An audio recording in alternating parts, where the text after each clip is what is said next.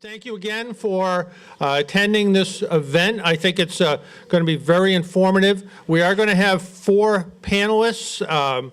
They're each going to do individual presentations, and we'll invite them up for a Q&A along with Brian. And like I said, at the end, Brian will go over some of the findings that he has looked at over time.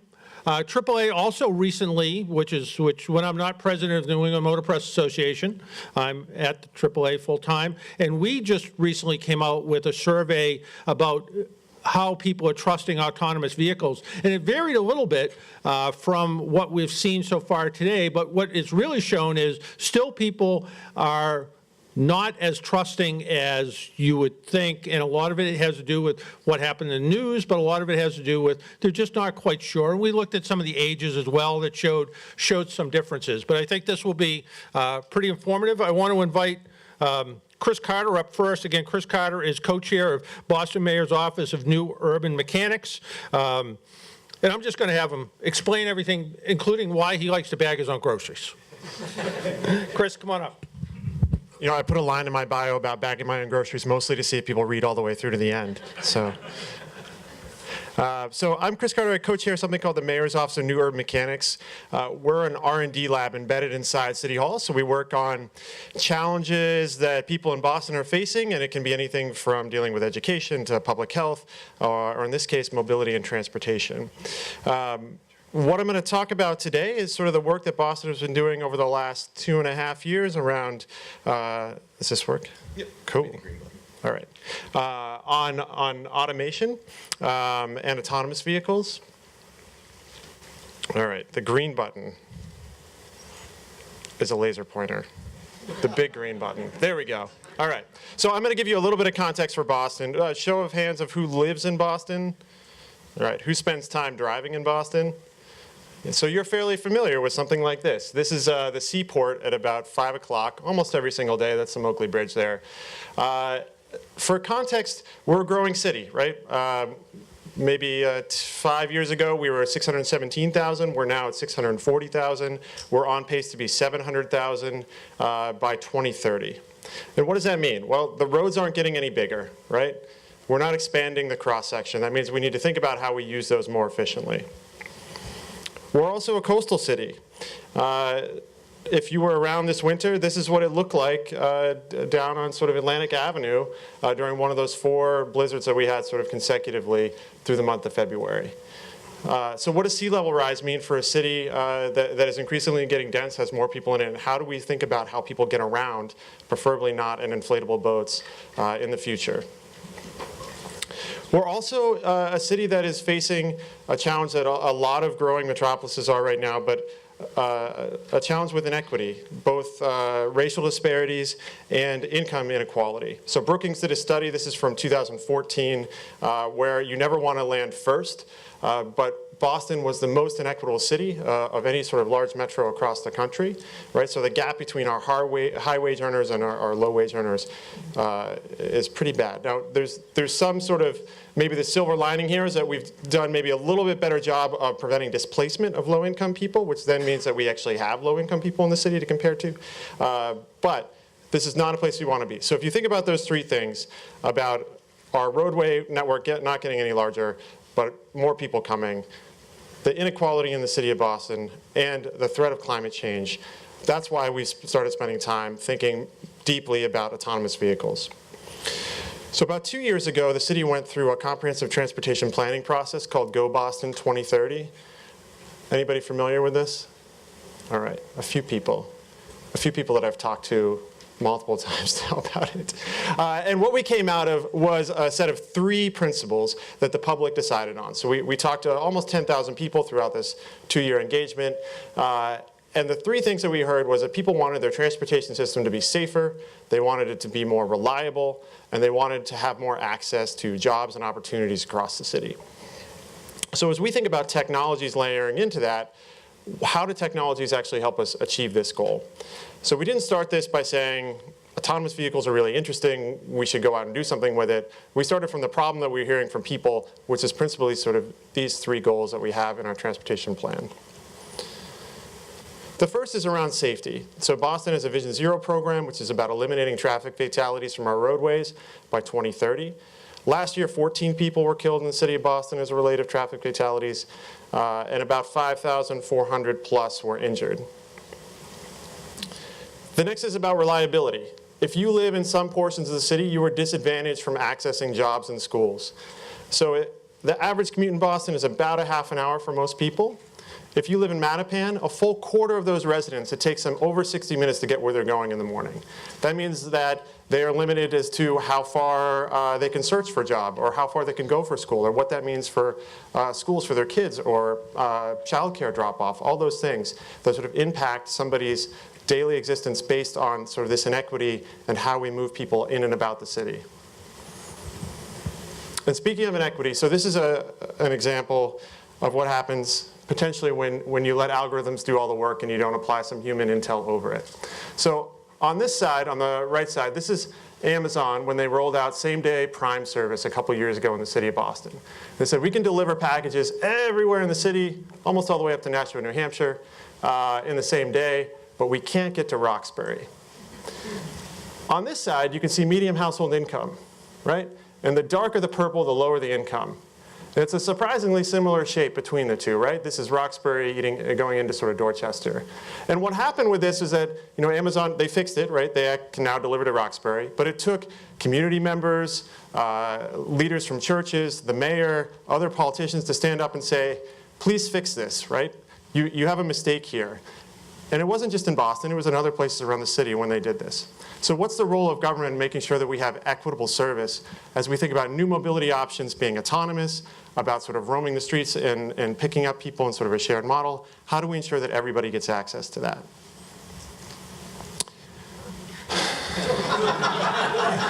So if you were here in the winter of 2015, this is what the snow map looked like for the MBTA. Pretty much anything that was above ground was not functioning, right? So there were people that were walking the 4 miles to work, or finding other means to get there, or working from home.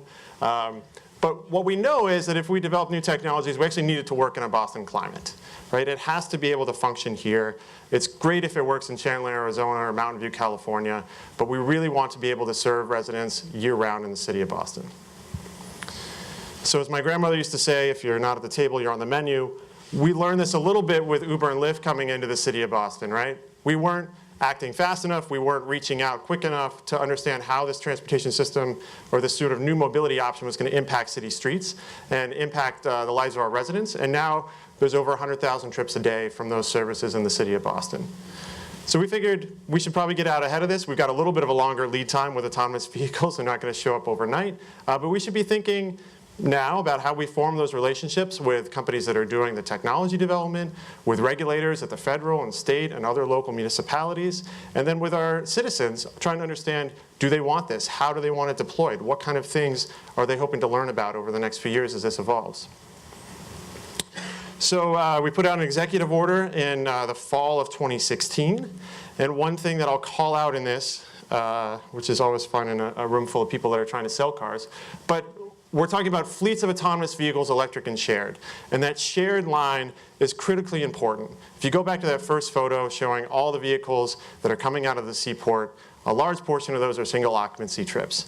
And if we are going to grow as a city and densify, we can't afford to have one person in one car. So over the last couple of years, what have we been doing? We've been setting some policy priorities. This is through executive orders, both at the state and the city level. We've been structuring a testing program between the Massachusetts Department of Transportation and the city of Boston. And we formed some research partnerships, both with the World Economic Forum and through that BCG, and also through Volpe, which has a low-speed automated shuttle working group that we're a part of.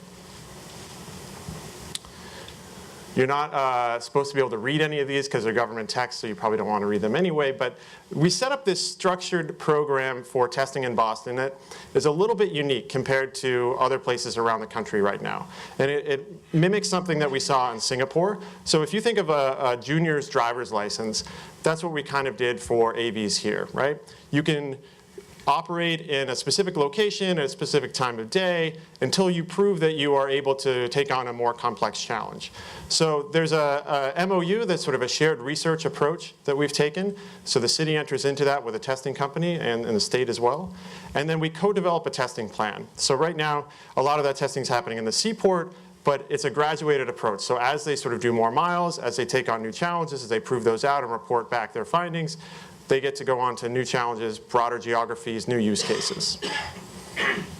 We've also been trying to socialize the idea of autonomous vehicles. As you saw sort of in Brian's talk, and you've probably read a lot about, there's some sort of misconceptions about what autonomous vehicles are and what they aren't and what they're capable of.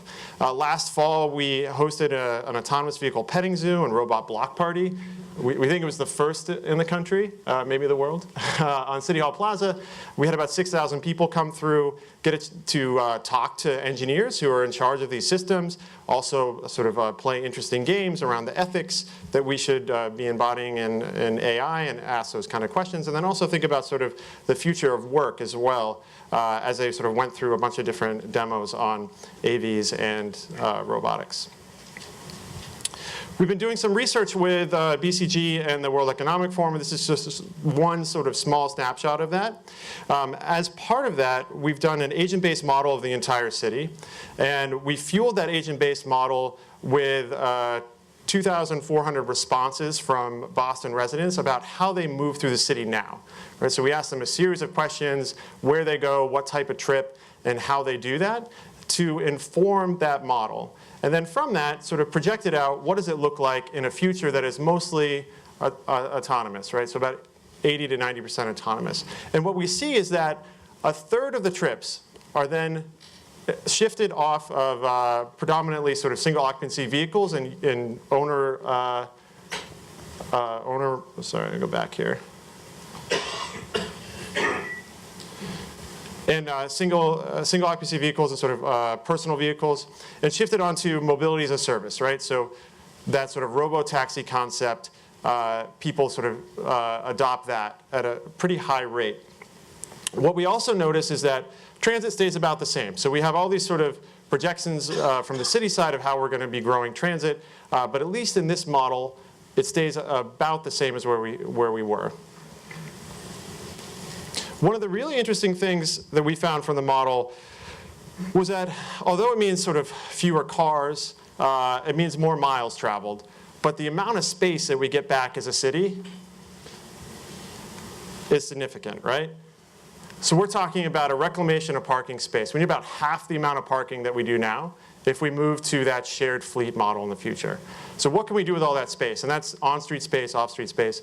We can build new housing. We can put in transit-only bus lanes. We can build new bike facilities, wider sidewalks. We can turn streets back over to neighborhoods for kids to play soccer games in the street at certain times of day. It's a pretty amazing reclamation of space, maybe the biggest any one technology has given to a city before. Also, sort of note down here is that the average travel time savings is really tiny, right? So if you think we're going to have this automated future and all of a sudden you're going to get to work faster or get home faster, at least according to this model, it's not going to happen. And we've seen it in a couple other models too. Unless you start laying in other policies around pricing and around how you utilize the road space. So I'm just going to go back to the very beginning. This is the goals that we had out of Go Boston 2030. So in addition to those principles I talked about around safety and access and reliability, we put together hard numbers, although we sort of obscured them by saying up by a third, up by half, so we didn't scare people too much with the actual number. But if you do the math, right, we're talking about lowering the amount of people that are driving in our city and shifting a lot of those people into public transit and other modes. And I say that because the thing that I want to leave you with is what we talk a lot about in my household. I have 2 3-year-olds at home. Is that the future in our mind and where we are sort of seeing this going, in addition to the safety gains that you get from automation, right, is that if we start sharing these, the potential for reclamation of space, for how people move about the city, for equitable access is compounded, right? So we have this ability to totally shift the paradigm of how people move about our city and how they access things. So with that, I'll pass off to the next presenter. Thank you. Thank you, Chris. Again, we're going to keep the questions till the end. I know I was at an autonomous vehicle conference some time back, and I think it was a woman who's one of the co-founders of Uber who said her idea of hell is replacing 250 million cars on the road with 250 million self-driving cars. You still have 250 million cars, which is too many, and it sounds like your idea of the shared part would work. Even here in this area, you talk about freeing up parking spaces. We could have used a couple more this morning. I know that. And again, I want to thank our sponsors for today, too, Fiat Chrysler, Hyundai, Mazda, Mercedes-Benz, Toyota, and Volkswagen for their support of this conference. And our next speaker is Luke Fletcher. Judging by his accent, I think he's from South Boston, but I'm not sure. But he's a senior manager and tech lead for Guardian, which is one of Toyota's systems, as well as the other system is, and he'll come up and explain some of that and work with me to remember a few things, I think. Thanks, Luke. Yes, my name is Luke Fletcher. I am from Australia originally. I actually joined TRI 2 years ago, Toyota Research Institute, where I am currently the tech lead for the Guardian internal project, as well as the risk-aware trajectory planning and control team. And the part of the reasoning for that is that we actually have one software system that actually does two purposes. And so I lead the team that helps it do those two purposes. Toyota Research Institute's mission is to improve the quality of human life through artificial intelligence, automated driving, and robotics. To achieve this mission, we founded the company in 2016 in 3 locations: California, Michigan, and Massachusetts. And not by accident, we co-located with 3 strategic universities that we gave significant sponsorship to look at the challenges of autonomous driving and artificial intelligence for mobility. In particular, and again, it's no accident that over 50% of our technical staff actually have PhDs, because we think there are actually research challenges that need to be solved to bring this technology into product. We also work closely as a Toyota company with other Toyota companies that actually have substantial presence in terms of digital technologies, including AI Ventures, investment company, as well as Toyota Connected Data Cloud Company, our research group, Collaborative Safety Research Center, and the newly formed TRI AD, which is actually starting in Tokyo, which actually is a company designed to help us get the research technology into future vehicles. To give a frame of how we approach autonomy at our institution, I want to quickly take you through these levels. I'm sure you've seen them and know about them, the J30, 16. So the first level is really intuitive because we already know it. Autonomous or adaptive cruise control. And the key with adaptive cruise control is we know that it's a driver convenience feature. It doesn't drive the car for you. It simply has the one job of neurotically following the car in front of you and trying to maintain distance as best it can. And you know from experience that sometimes this works really well and sometimes it doesn't. And these systems are convenient for the driver. What the key observation is that all of the level 2 systems, so the level 2 systems are all driver convenience functions. They're no different from the ACC system. They control lateral motion, so they control where you might sit in the lane.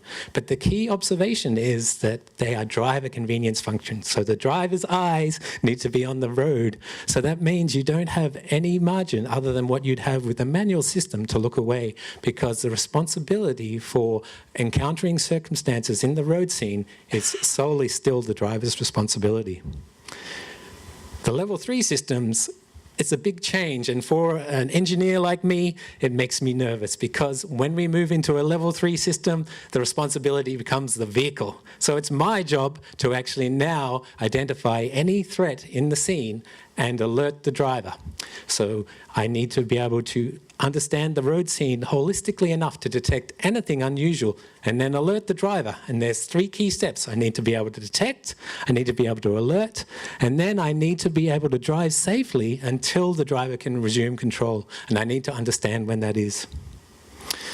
Level 4 and 5 is simpler. These are more the self-driving category of autonomy. So level 4 means just a domain restriction. So it's either slow speed, maybe a college campus with a vehicle, or maybe it's a highway restricted system, but it's a system of full autonomy where the vehicle must do everything required to safely bring the vehicle to a stop and respond to any emergent threat. That means that inside the vehicle you might not even have a driver anymore. Anyone who's actually designated a driver, the vehicle is solely responsible for driving and safety. At TRI, we are looking at an internal research program focused on 2 main elements. One is chauffeur, and that's easy to explain because that is the full self-driving situation where we want our vehicle to take us from A to B under the fully autonomous system. The other one we focus on is something called Guardian. And Guardian actually doesn't really map in terms of the SAE standards, because what Guardian really is a large extension from the current Toyota Safety Sense system. The thinking behind Guardian is we know from our research that we can actually drive on a sunny day in California. We can actually make a decision to pull out through an intersection. We have the sensing, we have some of the algorithms to do that. So given that basis, what can we do to substantially affect the toll of vehicles by looking at the category of accidents we can actually address once we have truly intelligent reasoning about the world that we need to drive autonomously? Actually, I think the best way to explain is to let my boss tell you about these systems. Today you're going to see 4 different demonstrations. The first 2 of them are going to be in chauffeur mode. What chauffeur means is that the car drives for you. You would use a chauffeur car if you can't drive, for instance, if you're disabled, if you don't want to drive, if the traffic is very bad, or if you're taking a taxi cab ride, like mobility as a service. The other 2 demonstrations are going to be in Guardian mode. This is for people who want to drive. It's a safety net against having a crash. We have designed a special test car which has dual steering wheels, dual brakes, and dual accelerators. The reason for this is that we need 2 different personnel in the front of the car. One is a safety driver. The other driver is a test driver. They are there to interact with the car as if they're the actual driver in a production car. But for our development, this is a tremendous advance because it lets us test the Guardian system with an actual test driver while still having a safety driver there just in case. We're going to start off with the chauffeur mode of the car, where the car is going to be doing all the driving for us. So you can basically sit back, relax, and enjoy the ride. All right, you ready, Sharon? Yes, I'm ready. Are you ready, Aaron? I'm ready. Okay, here we go. And one of the real world things that we have to handle in self-driving mode are all the randomness that occurs every day. And actually in this lab, we're recreating a scenario where we've had a pickup truck drive along the track and actually dump some hay bales out of the back randomly. So what you're gonna see is our car senses, does a safe lane change, senses the next one, and also then changes back. Very smooth. So what we're going to show you in this lab now is how this car is able to interact with the traffic on the roadway. So as we're coming around the bend here, you'll see that there's another car on the track with us. The car senses it. Oh, wow. It's right there. See, we got actually our pickup truck parked in our lane, blocking us. So you see our vehicle slow down, Nice. tuck in behind that vehicle that was in our blind spot, and then do a smooth lane change back. That was really smooth. Pretty cool, huh? Yeah, very cool. Now we're going to demonstrate our Guardian system. We're going to emulate what happens when a driver falls asleep. Guardian can tell by using a camera that's part of the dashboard. The camera can even see through sunglasses in order to see what the driver's eyes are doing, or if their head is moving into a position that indicates they're not paying attention. So Ryan, whenever you're ready, why don't you go ahead and pretend to fall asleep. And Now Guardian has stepped in, it's driving the car for you, and now it will offer at some point to give it back to you. Why don't you go ahead and take it now? One of the most frightening things that can happen on the highway is when a car in front of you switches lanes to avoid debris. You have very little time to react because your view is blocked by the car in front of you. We have sensors that can see significantly better than a human driver can see. The Guardian is going to take over where a car switches lanes in front of us in order to avoid debris. Here, that car switches lanes, Guardian decides we have to switch lanes also, and we avoid having a crash. Now Guardian has offered to hand back control, and Ryan has taken control back of the car.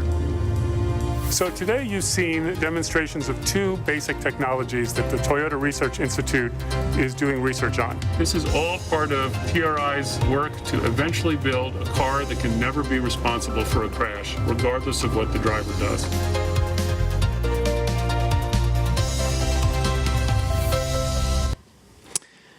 So my role there was to look pretty in the back seat. So I was playing the neighbour of, I think Wilson, where you just peep your head over the top. I didn't have anything to do there. The vehicle just does those things. So anyway, there's effectively, from the software side, there's three key challenges as we have. One, and a very challenging one up until recently, has been perception. So that is getting the information about the real world into the vehicle. And there's been massive advances in terms of machine learning in this regard, in terms of LiDAR technology to actually allow us to see or perceive the world. The next one is prediction. So that's how the scene evolves over time, and that's effectively where the challenge is. And then there's the planning, what to do to act, whether it's we're driving the car or whether we want to intervene to make a safe situation. So prediction is our key challenge at the moment, and that's because drivers are actually incredibly good at unrolling the scene to understand when and how a bus might move, or when and whether a pedestrian might cross the road, or how cyclists might actually maneuver. So when it comes to advanced autonomy, we then have quite a number of other challenges still remaining. So here you can see what I call the negotiated or transactional driving style that you effectively have, particularly in Cambridge and Boston, where you actually need to edge your way in and communicate somehow to actually make intersection transition. Second, we have fairly common situations where overnight lane markings might change, or a map might change, or weather situations can change quite dramatically. Now, it's easy to say that autonomous vehicle initially won't try and tackle this, but not only do we not need to tackle this, we need to be able to say this is out of scope, we must be able to realize that. And that's critical in that a vehicle over its lifetime, over 20 years, needs to be able to understand that this is a time when it's not safe to drive. Another particularly interesting scenario, when it's now the vehicle's job to identify crucial situations, is something like this. So here you'll actually see there's a special kind of pedestrian called a policeman, and he's making a special kind of arm movement, and that's telling us to actually violate what our perception system has done a great job in doing, which is seeing that there's a red stoplight that we should be stopping at, and actually forget about that, and it's time to move forward. And then not a block later, we have the opposite example. So now we have a second police officer that's making slightly different gesture, and we need to identify this special pedestrian as a policeman. We need to identify the gesture as being a stopping gesture, and now, even though it's a green light, it's time for us not to go. These are the kind of real-world situations that our autonomy and our prediction system need to be able to reliably understand, because it's not enough to be able to say, it's your turn. We need to be able to safely identify these cases before they happen and allow a smooth transition in our software to actually handle these situations. And finally, there's road conditions such as this. So this is a broken water main. So you might come across a broken water main like 1 or 2 times in your driving life, and even though it was never on your learner's test, you know what to do here. You've got to understand that a self-driving system sees with a different kind of eyes. With a LiDAR scanner, a concrete block and a cardboard box are the same. So how you actually reason about objects is actually a fusion of knowledge and of sensing technologies, and that's the key for prediction. So this illustrates an evolution of our hardware design for our research vehicle. So you would have seen this one that we had for our last year's demonstration, and here is the next cut, the vehicle we showed at CES this year. And this actually also illustrates what is happening on the inside. Our software is also evolving rapidly in this spiral design to actually encompass more and more complexity and actually allow us to approach the road to production.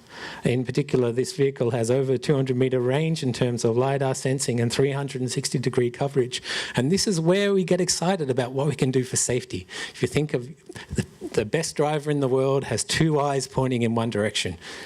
Simply with these kinds of sensors, we can see all the way around. And you probably know there's been times when you just can't look in the same direction where a crucial event might occur. So Toyota's focus in terms of self-driving is really to make a substantial impact in terms of safety. So we think autonomous vehicles are going to be great for their safety impact. But there's some, what you could say, irrational exuberance about the current technology, which is not ready for nationwide all-weather driving, as you can see from some of those examples.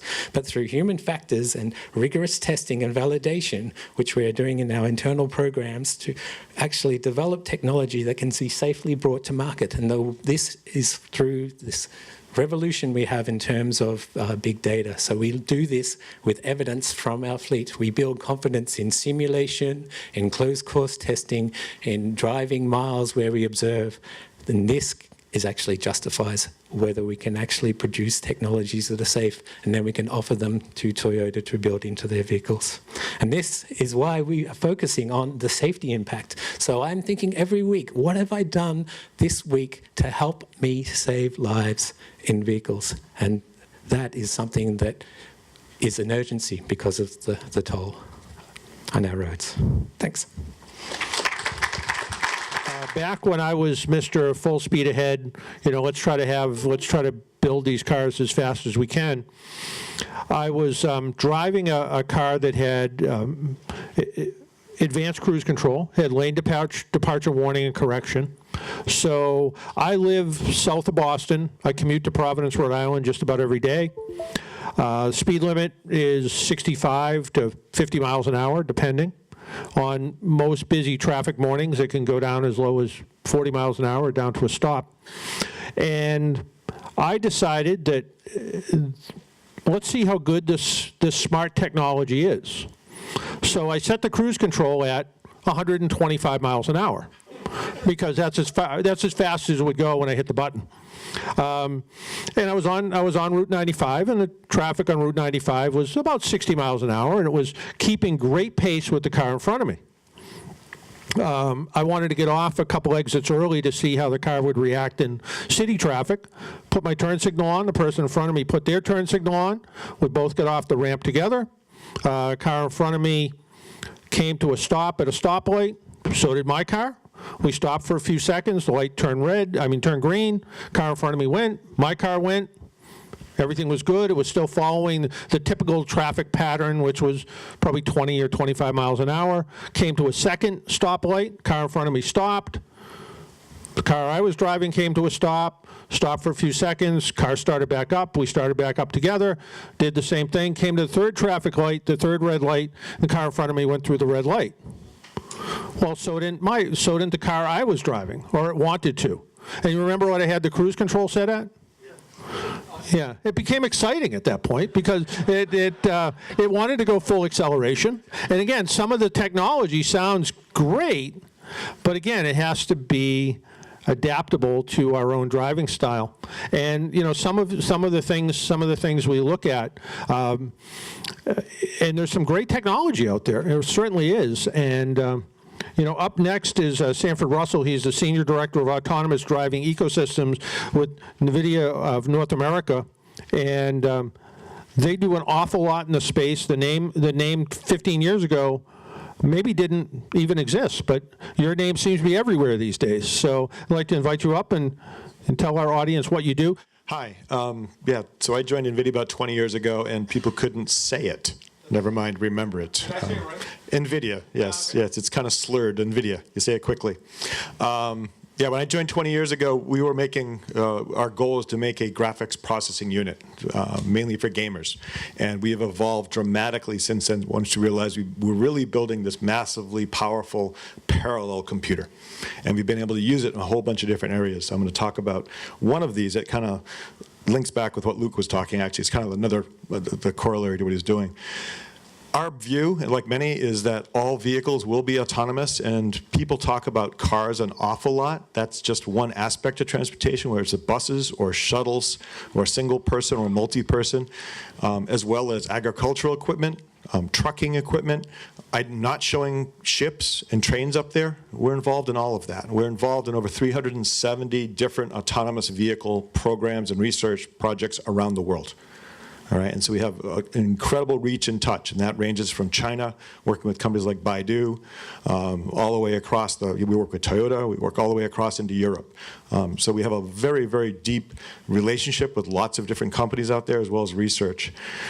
One of the things that, and Luke covered this from a little different aspect, is there's so many things to learn. It is what the vehicles today do today is really just look for a dashed line on the highway.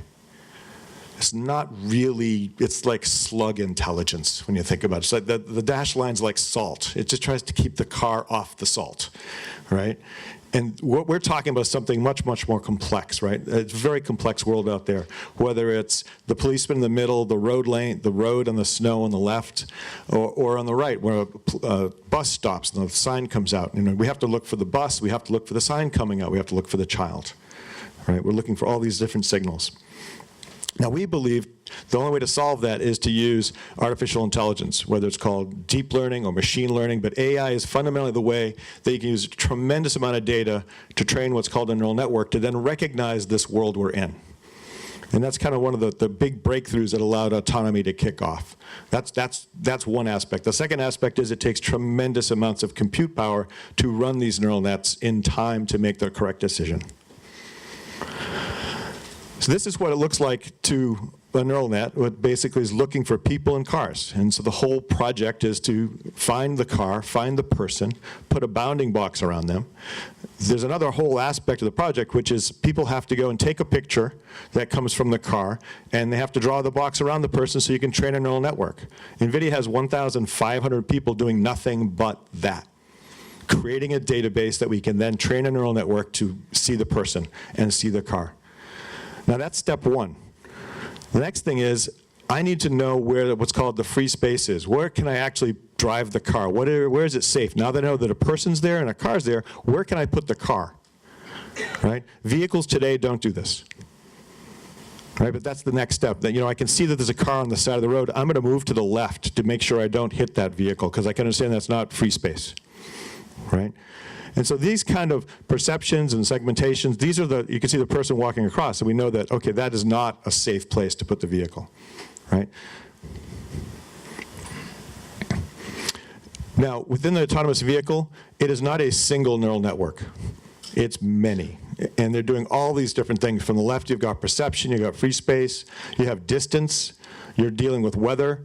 You've got LiDAR perception, right? So that's one of the types of sensors. You also have camera sensors, you have radar sensors, and we're doing a sensor fusion of all these and pulling together and creating this view of the world. And that gives us the ability of then, he can go and say, I want to do path planning. Now that I have an understanding of this world, where can I'm trying to get someplace. I'm trying to get up Mass Ave to MIT and not end up on Mass Pike because I was in the left-hand lane by the wrong part of Mass Ave. So what Luke showed, what TRI is doing is what most people talk about, which is the research vehicles are on a road or on a test track, and they're testing the software. The challenge with that is that's not enough. You heard the term adequate nor sufficient, right? You need not hundreds of thousands of miles, not millions of miles, but billions of miles of testing, and how do you do that?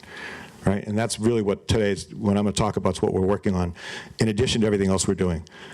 You go back to when I joined NVIDIA, this is a classic car driving game. It was effectively a simulator for someone to be entertained by. right? It's a car game.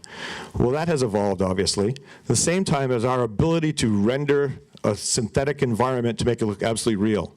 This is not a real Star Wars shot. This is just a scene. We showed this off at our technology conference this year. We did this with ILM. Everything you see here does not exist. There's a complete video we did with them, and we played it in real time on stage with ILM. ILM makes the Star Wars graphics. So we can now hit the fidelity level of Hollywood in real time.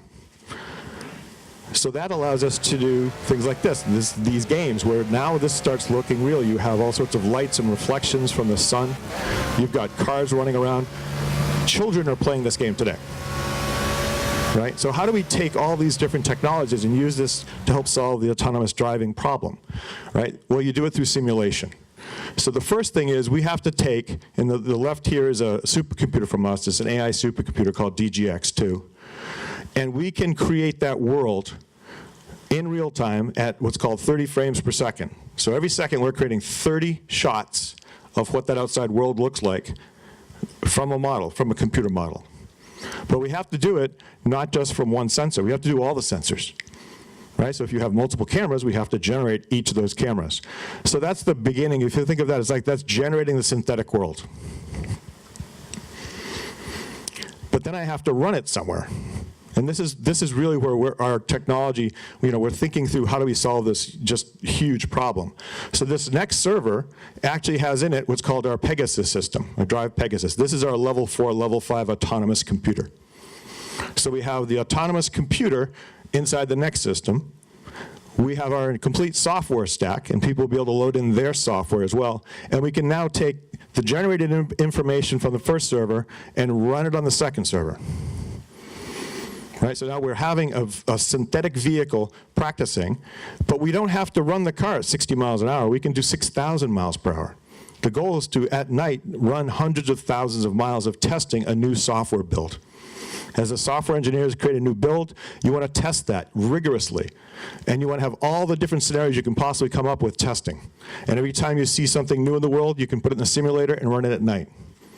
Right, so this iterative approach of constantly testing and building. So this is the simulator. Now, one of the key things is once you have a simulator, you can change time of day. One of the challenges is if you go out and take pictures of the world and say, I'm going to train my neural network to train my car, what time of day was it? Well, it was noon. Okay, well, the light's pretty sharp and pretty bright. Was the light coming in the windshield? No. Well, how do you create that image? So we can create it synthetically. We can change the time of day. We can also do seasons.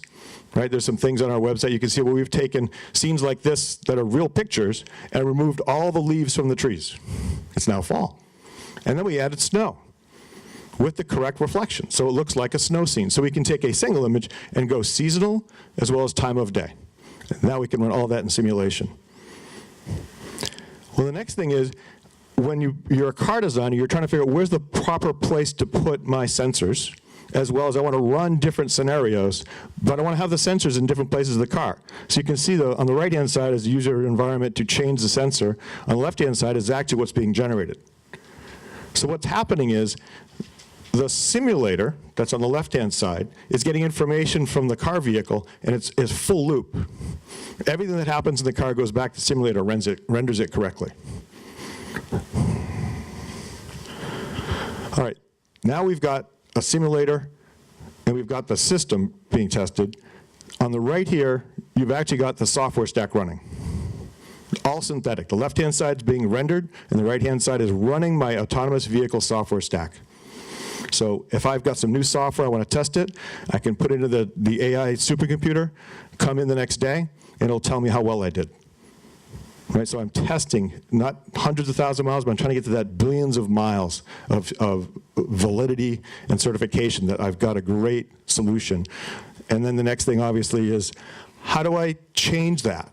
Right? So now that I've got a simulator, I can actually have someone in the simulator driving another car bothering the first autonomous vehicle. Right? And that's kind of the description of driving in Boston, right? There's someone who's just trying to edge in on me. Well, how does the autonomous vehicle stack do that? Well, you don't want to go out in the street and do that, right? You don't want to go out like, let me try to crash into you and see how you react, right? So we can create all these synthetic environments with real people. And it's not limited to one person. You can put multiple cars in there. You could have someone driving a bus, someone riding a bike on the side of the road.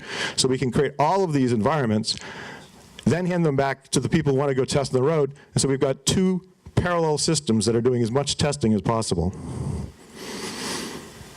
And as I mentioned before, we're doing all of these different sensors simultaneously. So all the different cameras are in the car, the radar in the car, the LiDAR, we're doing it all simultaneously. Time of day, obviously. And then finally, this is actually the full hardware in the loop, software in the loop, simulation environment.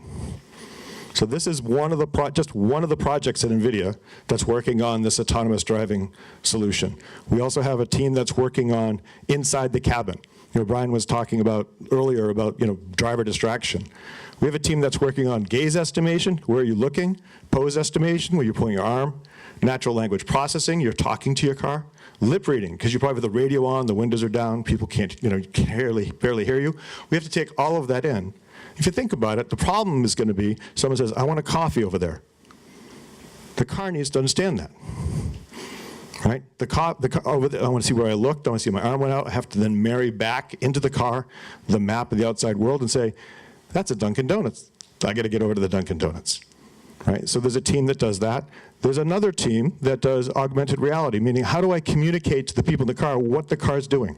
It's okay, I see the child.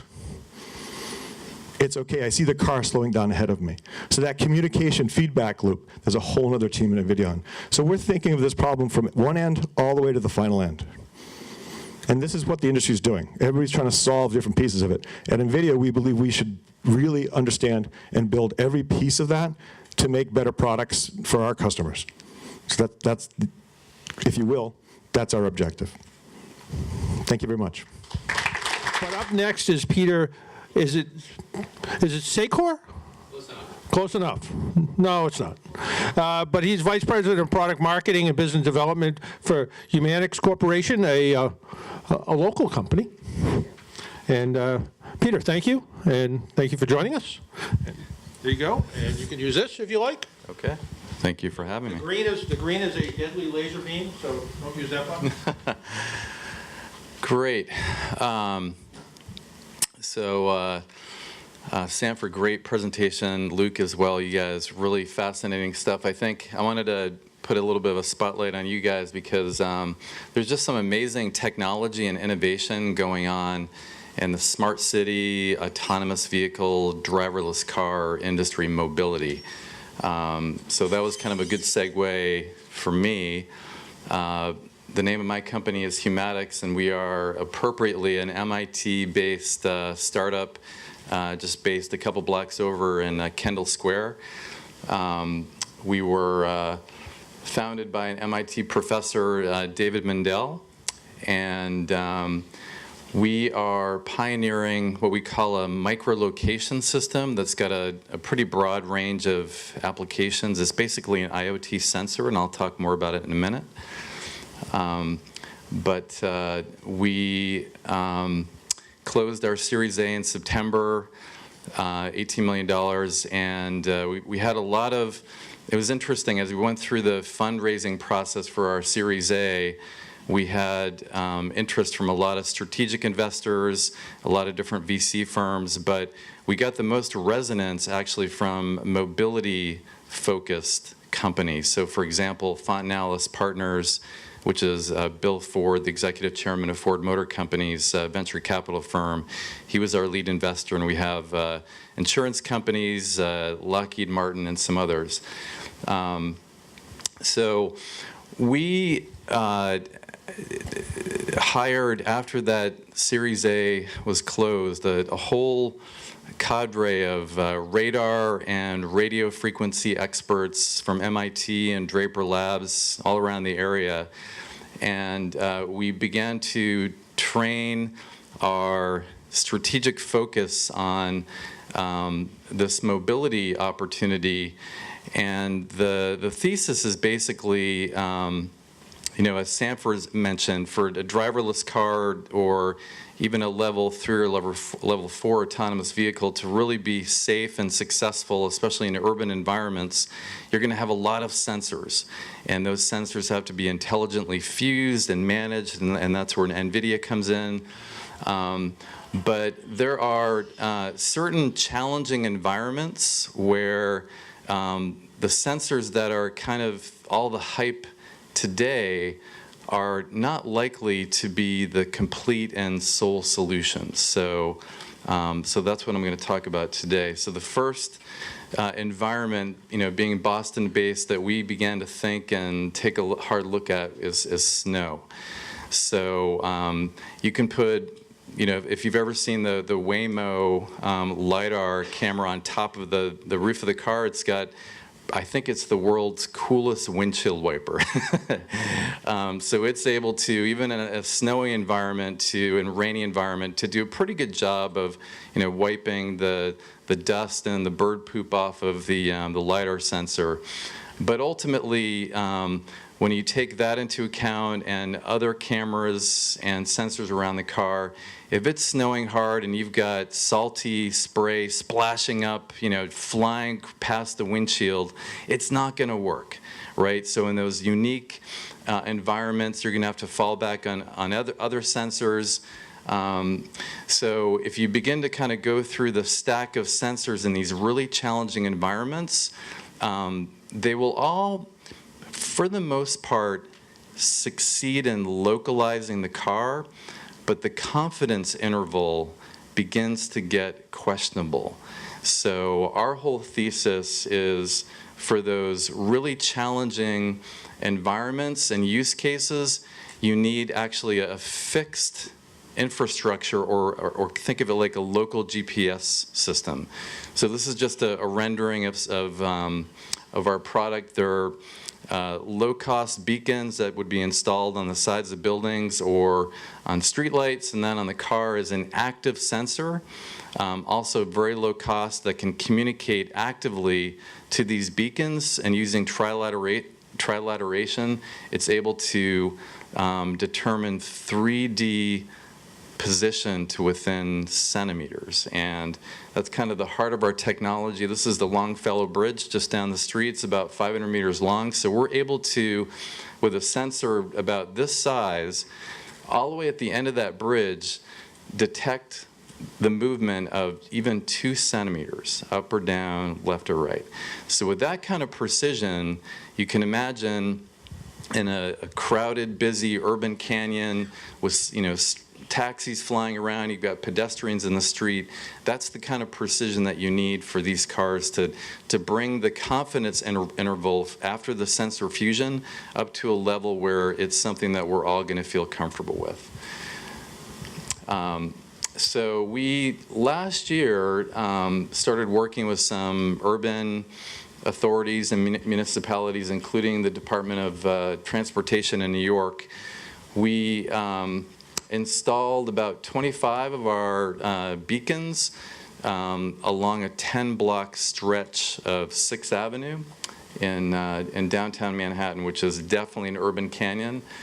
And this is, we basically started collecting data, and this is what we saw. So the white line is showing what the GPS was able to determine for position going down those 10 blocks. So not surprisingly, it's kind of all over the map. We don't have this data here. Since then, we did a test similar to this using differential GPS, specifically GPS RTK. And it got better, but it was still very difficult to get under that 10 centimeter mark. And if you think about plus or 10 centimeters, right, in a busy intersection, and our thesis is that that's not going to be good enough. You really need less than 5 centimeters for this to be a safe system. So the yellow line is what we were able to calculate for position with our system, and you can see it's very, very precise. You can even see the lane changes going down the avenue. So our precision in that environment was plus or minus actually 2.5 centimeters. And then after that, we started getting a lot of interest from everywhere. You know, there was a little bit of press around that, and there was a lot of pickup. And we started to learn a lot about the AV industry and all the different technology. So today we're deploying our systems for navigation in Singapore and Portland, just as kind of starting points for closed campus environments.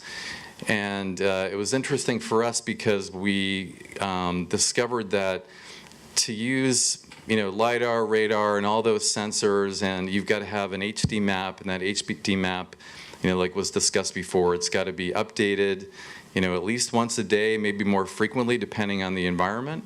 So to generate that map and process that map and perfect that map and make sure it's perfect, that's really expensive.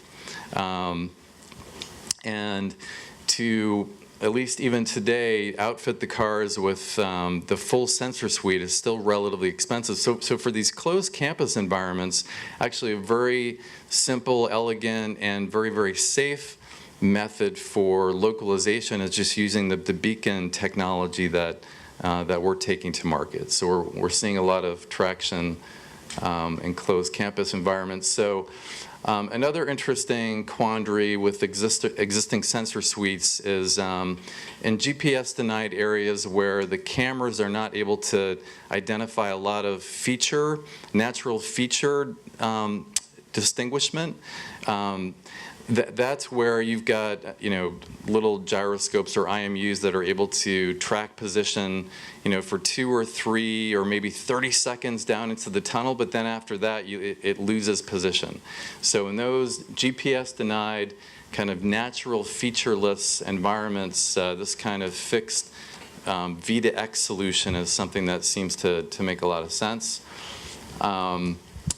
Here's another one we've seen a lot of interest for, which is private areas on the billions of miles around planet Earth, right, that ultimately will have to get mapped.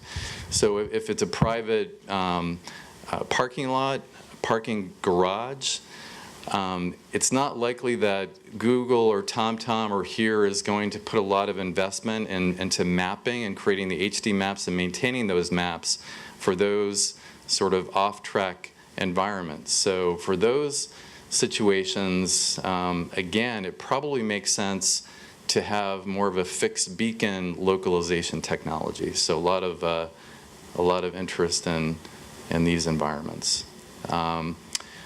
What about construction zones? So that map that was perfected over the years, crowdsourced, all of a sudden, just for 2 days during construction, the map is completely invalid. So what, as an industry, this is something that we're going to need to solve. So from our perspective, a really easy way to solve it would be to set up temporary beacons, and we actually have a comm link through our through the radios in the sensor system, so we could ingest from the infrastructure a temporary path plan for the autonomous vehicle to navigate around the construction zone. And then when you take the beacons down, the existing map is in effect again, and then things can go on as normal. So as a temporary navigation solution, we think this is another opportunity. Bicycles and pedestrians. So our technology is something that over time is going to be delivered not in something this size, but it'll literally be a 4 by 5 millimeter chip that will be less than $2 or $3, or even less than $1, depending on the volume. So we're working with some companies in the bicycle and cycling industry to look at ways to embed the chips into bike helmets or even into the bikes themselves.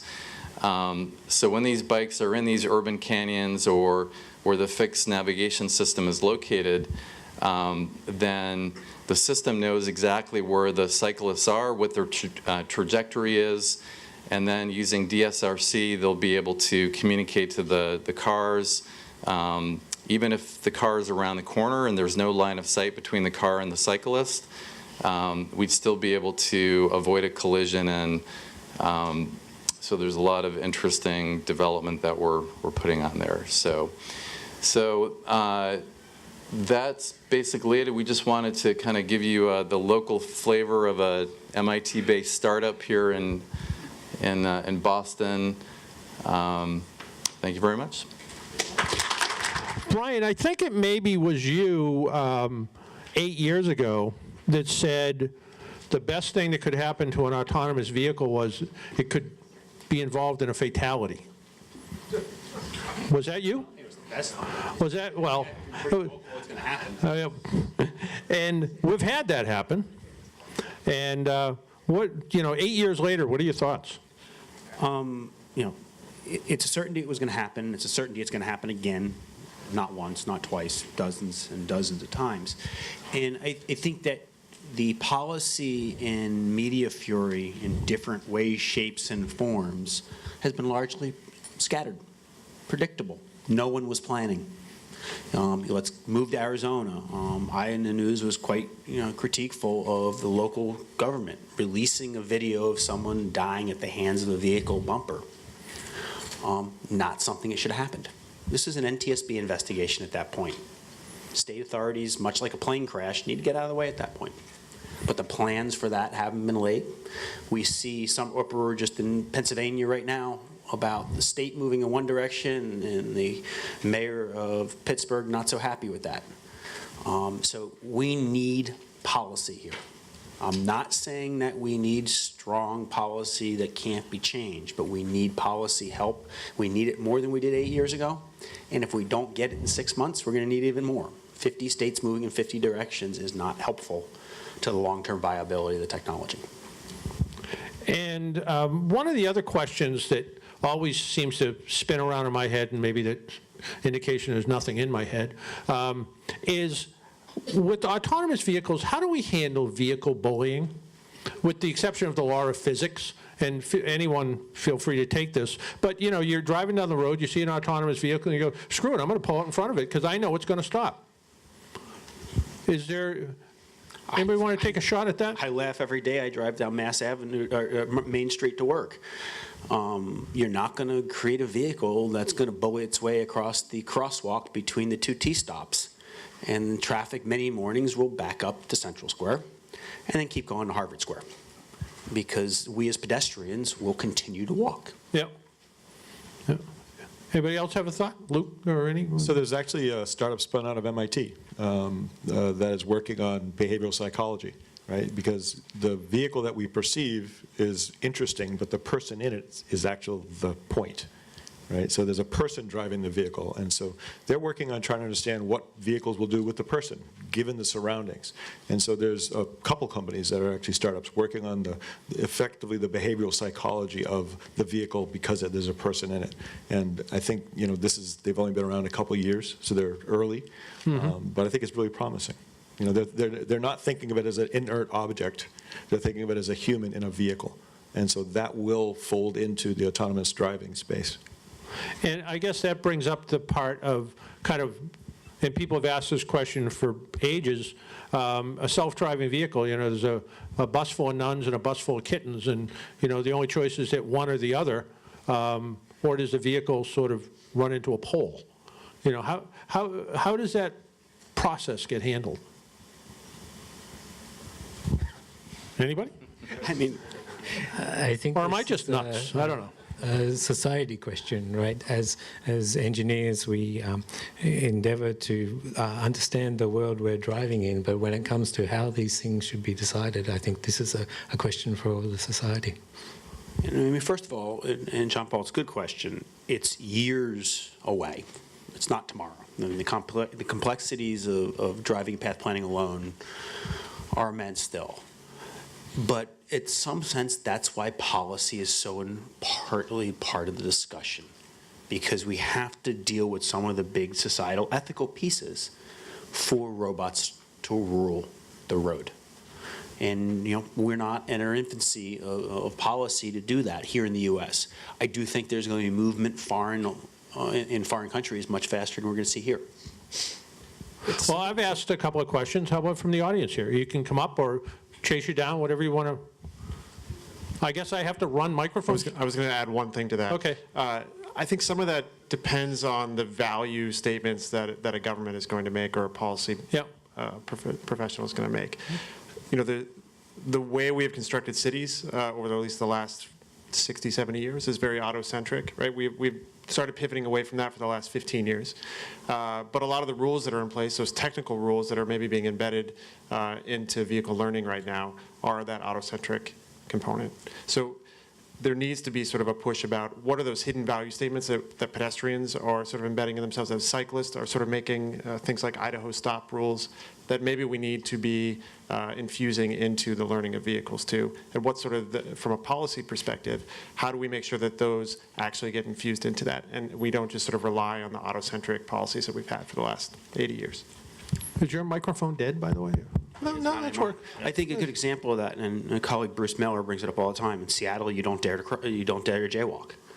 Why? The policies have been put in place that it's societally unacceptable to jaywalk.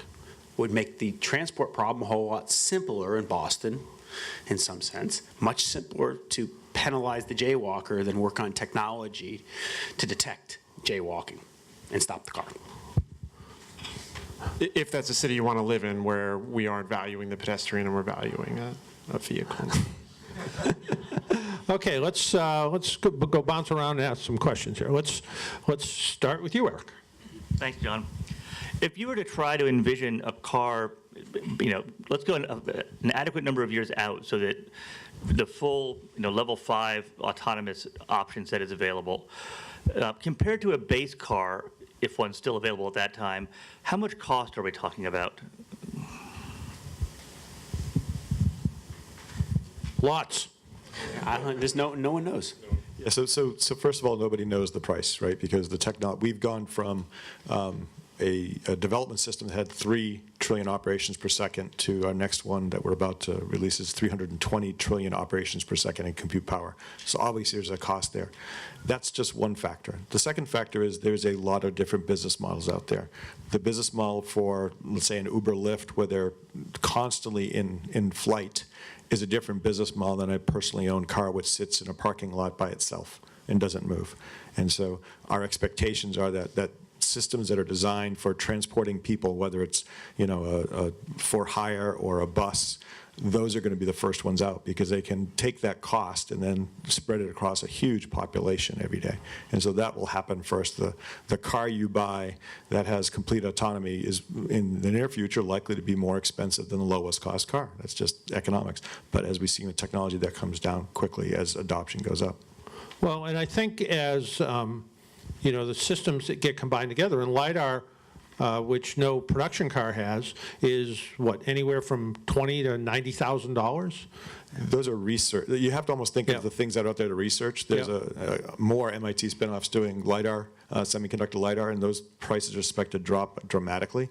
The same capability, and you can put more LiDAR on a car because the cost goes down. The reason they don't have 10 LiDARs in a car is cost, not technology.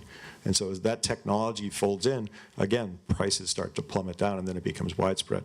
But that LiDAR will be used in robotics as well, like the fingertips of a robot that does grasping. So as volume goes up, pricing goes down, and that's really what's going to drive the cost down over time. And we need to make it prettier.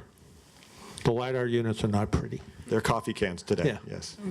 My lived experience also brings about this point. I entered my PhD research on computer vision systems in vehicles where video cameras and the high-end Pentium PCs we had were astronomically expensive at the time, and it seemed completely unreasonable that we'd ever be able to put such things into vehicles. And then the mobile technology generation came, and obviously we have multiple cameras in our pockets and way more computing power than I had to drive the vehicle back even in the early 2000s. And the price is just a non-factor in terms of camera technology, say. And the other point is that smarter algorithms don't always cost more, right? So we can software can be quite cheap. We can, once we have the knowledge in terms of AI, it's actually quite reasonable that scales differently from hardware. When the technology develops rapidly like that, how quickly can it become obsolete? When I was sitting over in the corner there, I noticed the sound system had a VHS player in it. Probably there's not a lot of people with VHS tapes anymore. What happens with the technology in cars? I think that's a big question that nobody's looking at. How do you get a 10-year, 20-year lifespan out of some of these sensors where they are going to be obsolete in year 2? But I think we should rewind a second to the previous question, John Paul, because I think the context of will you ever own a pseudo L5 automated vehicle? And I say pseudo because the context of ubiquitous automation is probably far-fetched. There will be fence bounds to that. You know, as the mobility and some of Chris's comments go, is the mobility and demand model plays, sharing is key in corporate ownership of the robotaxi concept may be the necessity to maintain, upkeep, validate the sensing requirements to provide that level of automation. What you may purchase is much more of automated driving features for the foreseeable future. So it gets you down the highway hands-free or completely out of the loop. And I think that we really need to keep in mind that you may not purchase the ultimate bound to this just because of the sensor complexities, the obsolescence, the necessities for shared ownership, responsibility. I would just add, I think, getting back to the cost question, I think the sensors are going to come down and become very cost effective. Our perspective is that it's going to be the maps and the maintaining of the maps and the map subscriptions that may become the most pricey element in the kind of the business model. How far down the food chain are you going to go? For example, you know, you might run across a cow, and the car is going to obviously stop because if it was to hit the cow, it would probably self-destruct. But, you know, and then a cow might stare at the car. Is the car going to try to go around the cow? Because the cow might just stand there for the next 10 or 15 minutes.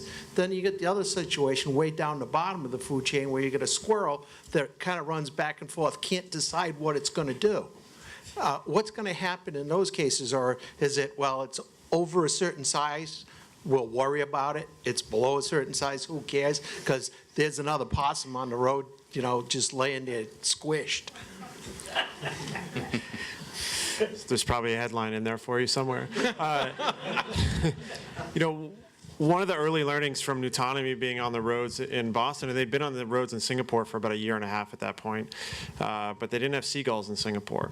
So they're in the seaport and sort of landing in the roadway, eating somebody's leftover lunch, right, were seagulls. And the vehicle had to learn how to handle that, right, and how to sort of stop safely and not get rear-ended, but then also sort of slowly inch up to scare the birds away.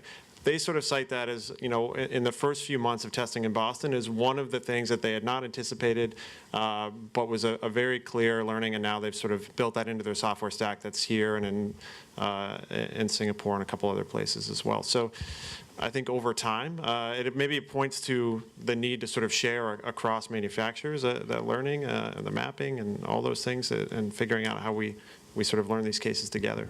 So we have spreadsheets of things, right? And the 1,500 people that are labeling and boxing, they look for new things. They go, oh, I saw this. So we saw 2 of those. Okay, we should create a category and train against that. We don't believe the training these neural networks stops.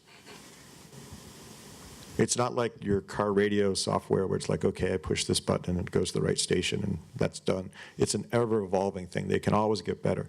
And the second part is, these cars will be able to have over-the-air updates. And Brian talked about that in his speech. So your car can get better. You get in the morning, and it does recognize the cow, right? And part of this is because this whole revolution that's going on is worldwide. So cows in India may react differently than Wyoming, right? And so we have to worry about that, you know, as an industry. And whether it's a cow or a duck or your dog, those are easy, actually. Those are easy. It's the, you know, I was driving out of New Bedford and had a semi-tractor trailer pull out in front of me, and that's a big fishing port, and out poured tons of ice. I'd never seen ice, so I took my phone out to send it up to engineering. You know, we have to worry about ice. Who thought, right? And so everybody's coming up with their group of categories they have to track, and it's ever expanding. And I don't think anybody out there thinks there's a destination that we say we're done. Wanted to throw in a quick observation before my question. Having gotten my degree at Emerson just across the river, it seems as if everybody who graduates in Boston gets a minor in jaywalking. So societally, that's an issue here. But I wanted to get to the marketing of autonomous vehicles. An awful lot of what you see in the advertising and you see in the ownership experience of cars today has to do with the joy of driving the vehicle. If you're not going to be driving the vehicle, and it is indeed going to be spending a good chunk of its time sitting in a parking lot, is it actually going to be sitting in the parking lot, or is it going to be available for somebody else to use? In other words, the multiple ownership, and what this does to the scale that we've been seeing and the way cars move and the manufacturers get to spread out costs, what effect this is going to have on the marketing, the selling, and the prices in the future.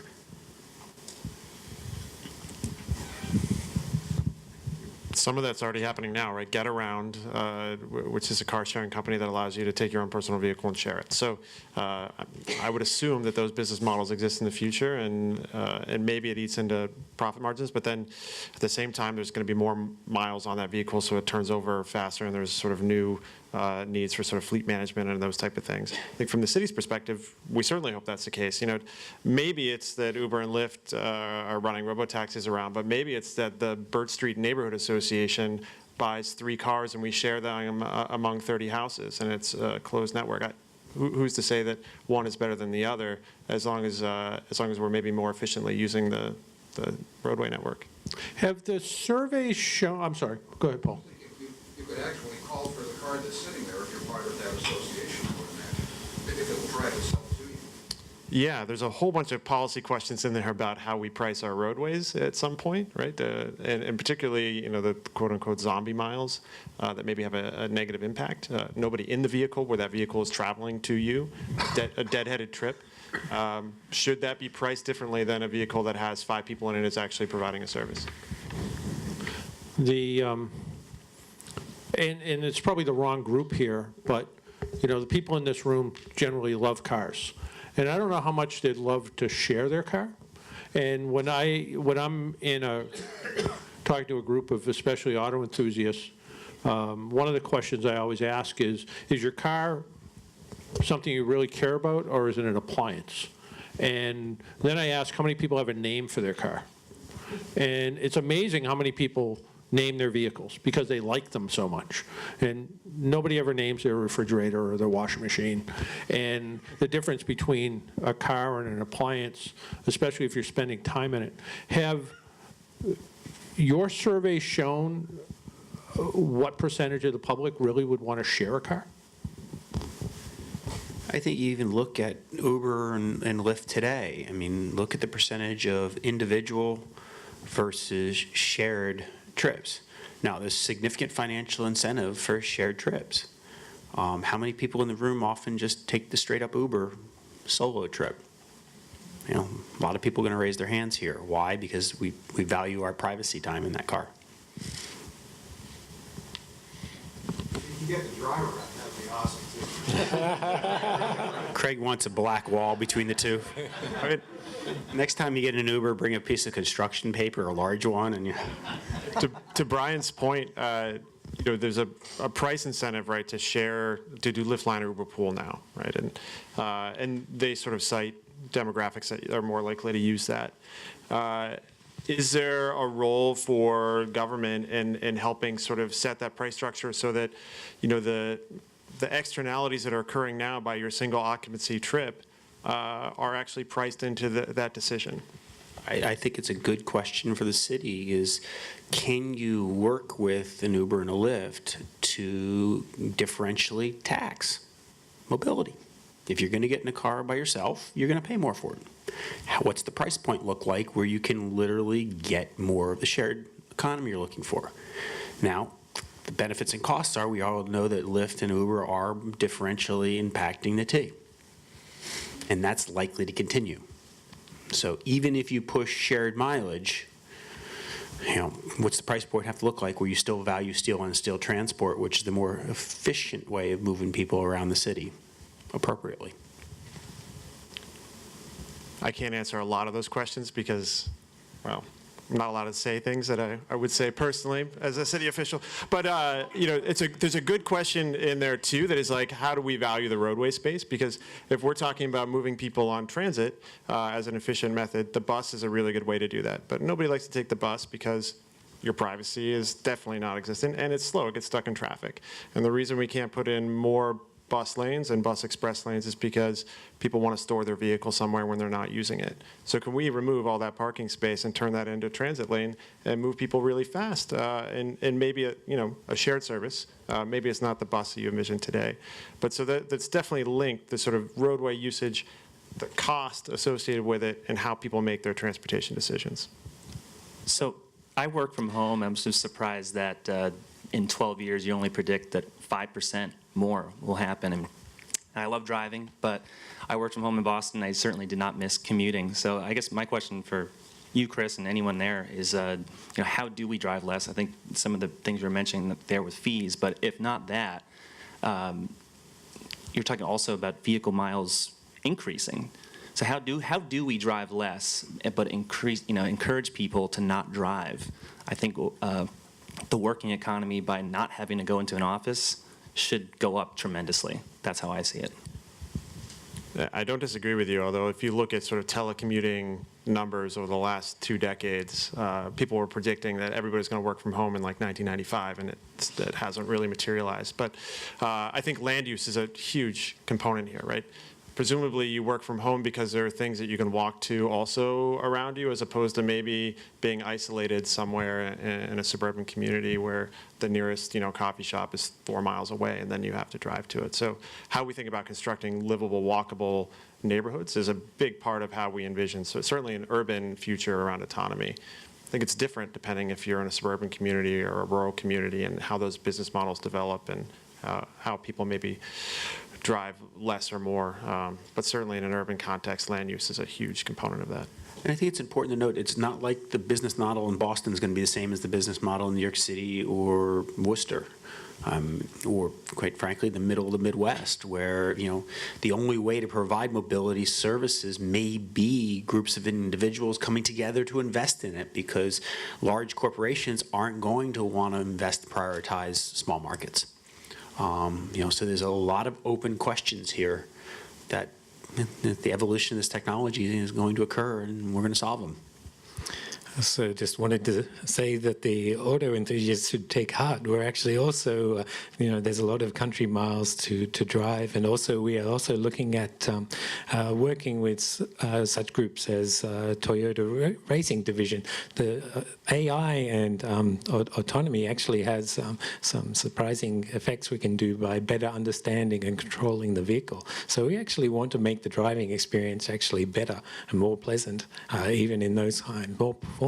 There's many things we can actually do to actually use intelligent systems to make driving actually a lot more pleasant. Yeah, hi, Don Fisher, Volpe Center. A question mostly for Sanford and edge cases. You've got all sorts of data, like the data that Brian's collecting. You've got FARS, you've got the National Motor Vehicle Crash Causation Survey. How do you look for the edge cases in a systematic way so that we can have some confidence that the video simulations you're creating are actually capturing, again, systematically, not just you driving along, and I understand the importance of that, but systematically capturing the edge cases that are really going to challenge the autonomous vehicles of the future? So you mentioned a couple different sources, and that's basically this is a scientific project, right? And so that you have to have what are your inputs, and then what are your goals, and what are your inputs, and what are your expected outputs. And so all of the different data sources you're talking about, we're looking at, because there's tremendous body of knowledge of the history of transportation and traffic accidents and fatalities, and we, along with the rest of the industry, actually is combing through that, looking for information and insight. We add that to the mileage we drive on the street, right? Because we're pulling data constantly. We have vehicles, here and in Europe, and we'll be in China soon, pulling data, and we're looking at that. And we're always looking for the outliers, right? And the spreadsheets I'm talking about exist. Right, you're looking at how many different categories we have. You can look at them and say, I know that's not all of it, right? So emotionally, your head comes up and you start looking. And like I said, we don't think we're done. And so we're constantly looking for new source of information. We are constantly, we paused our autonomous vehicle on the street because we wanted to find out what happened with Uber. Right? And so we weren't willing to keep our cars on the street, so we really understood what was going on. And then we did a complete check on all of our systems. We have two safety drivers, right? We had started with that, right? And so we looked at that and said, is there anything to learn there? And it said, no, we have a great solution in place. Let's get them back on the streets. So we just recently announced, I think yesterday, we're going back on the streets with our cars. So we're constantly scanning for every piece of data to make a better solution. And this is a multi-year project. It's, we're not shipping it Tuesday, as Brian says, so we don't have that approach. We have an approach of a very long engineering project. So I had a question about the disconnect between what we're seeing today in reality versus the advanced technology that you're studying. We talked about a spreadsheet with, unusual circumstances so that the cars won't crash into them. But first we had a Tesla operating on level 2 hit the side of a semi-trailer in broad daylight. Then we had a Tesla crash into a fire truck, a parked fire truck in broad daylight. Then we had a Tesla crash into a median barrier very similar to the one that's been set up in Needham and Waltham on Route 128, where the lanes diverge. The car drove straight into it. Then we had a Tesla crash into another fire truck. And then last night's news was a Tesla drove, and the news was reported by the police, a Tesla drove into the back of a parked police car. So these are the kind of things where, when Gil Pratt was here 2 years ago, he said the tolerance for autonomous vehicle crashes was 0. How badly will the future development that all of you are so invested in be damaged when we have vehicles that are today being crashed repeatedly into the same objects in the same scenarios? I mean, will there be a community in your industry where you say to, let's just, rather than call it Tesla, let's say company X, you need to step it back. The first fire truck was enough. The second was too many. The third one, if there's ever a person, a first responder standing behind one of those vehicles who's injured, Chris, you might be able to address this. Can you imagine what the Boston Police Department would do if 2 police officers standing behind a safety vehicle are killed by a vehicle operating autonomously? That could have happened yesterday in California. So maybe just talk a little bit about how much there's a disconnect between where this could be and what's actually happening today. I think I'm going to go right down to ODI in NHTSA. In Office of Defects Investigation, NHTSA legacy charged with saying, is there a defect here that needs to be corrected? Now, at the end of the last administration, there was a decision that around the first Tesla Autopilot incident, you talked about the truck, that there wasn't a recall opportunity there. And my message to ODI at that point was that, look, at the end of the day, you could write a 50-page dissertation on why a recall was warranted and a 50-page dissertation on why not.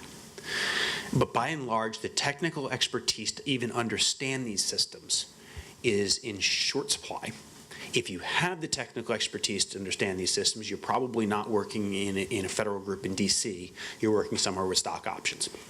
Okay, so it means that the regulatory forces that were designed to understand, protect, and make decisions about stuff such as recall are not engineered around software systems at this complexity where they're outside of the traditional expertise.